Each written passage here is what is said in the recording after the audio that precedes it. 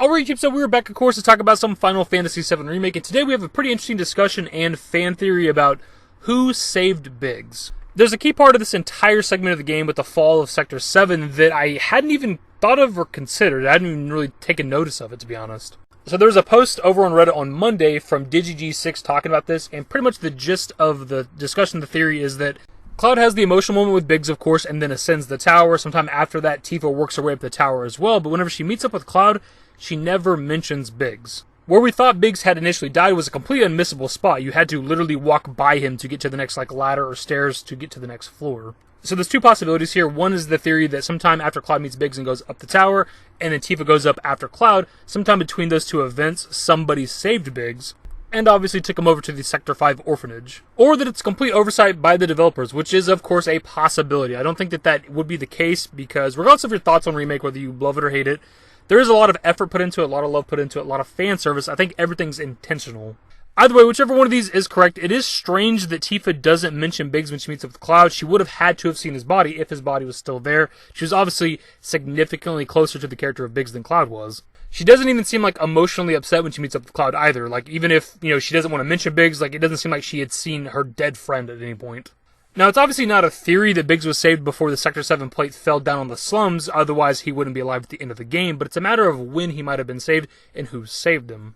There's two particular theories that I've personally seen. One I'm not going to spend too much time on, and it's Jessie saving him. The people that want to believe Jessie's alive think that she somehow, even though she died in Cloud's arms, resurrected, climbed down all those flights of stairs and stuff on the tower, picked up Biggs' unconscious body, and drug him to Sector 5, which I think is absolutely absurd, which is why I don't think she's alive in the slightest. The other theory, and the one that I think makes the absolute most sense, is that Biggs was saved by Cait Sith or Reeve. We get this relatively random cameo of Cait Sith in the remake. We never seen him before this, we never see him after this. A lot of people believe that he was headed to Sector 7, obviously he can't go himself, but through the robotic cat of Cait Sith, going to Sector 7 to warn people that the plate was going to fall, and obviously got there too late.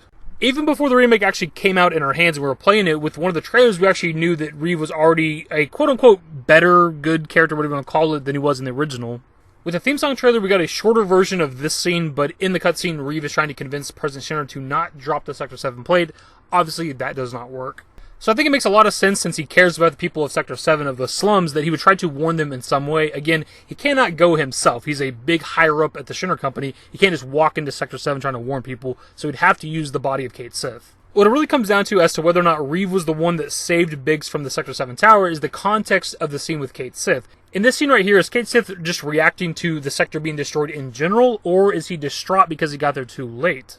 Because if he's just now getting there in that moment, the sector is currently being destroyed right in front of him. He was not down there to save Biggs, which means somebody else saved Biggs. And while I said earlier that I think it makes the most sense that Reeve or Cait Sith was the one that saved Biggs, it's hard not to look at that cutscene and think that he's getting there too late.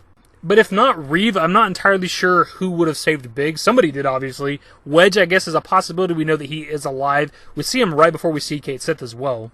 I think it's possible that maybe he went up the tower to try to help Avalanche and came across Biggs' unconscious body, maybe drug him off, took him to safety, went back into Sector 7 to try to save more people and also his cats, and that's why we're seeing him here in this moment. So either it's a complete oversight by the developers and they forgot to have Tifa react to one of her, close friends dying, or somebody saved Biggs in that time frame, and that's why Tifa never seen him. And I'm sure it's going to be an important aspect when it comes to Part 2, because obviously Biggs living is a major thing that did not happen in the original, so whoever saved him is going to be shown, I'm sure, with Part 2. The big question here, of course, is who was it that actually saved Biggs, and that's why, of course, I'm going to pass it off to you guys. Who was it that saved Biggs from Sector 7? Do you think it was an oversight by the developers, or do you think he was saved before Tifa got up the tower? Either way, of course, leave your thoughts in the comment section below. Hopefully you guys enjoyed the video. If you did, give it a thumbs up. Subscribe to the channel if you guys are new and wants to bid more Final Fantasy VII Remake content. Turn on my notifications. Follow me on Twitter at @dashingdavid, at my Discord. Links to my social networks are in the description and in the outro. Later, guys. Used to care what people thought, but now I care more, and nobody out here's got it figured out. So therefore, I've lost all hope of a happy ending, depending on whether or not it's worth it. So insecure, no one's perfect. We spend it with no shame. We blow that like Coltrane. We in here like Logain, or leave it like Cobain.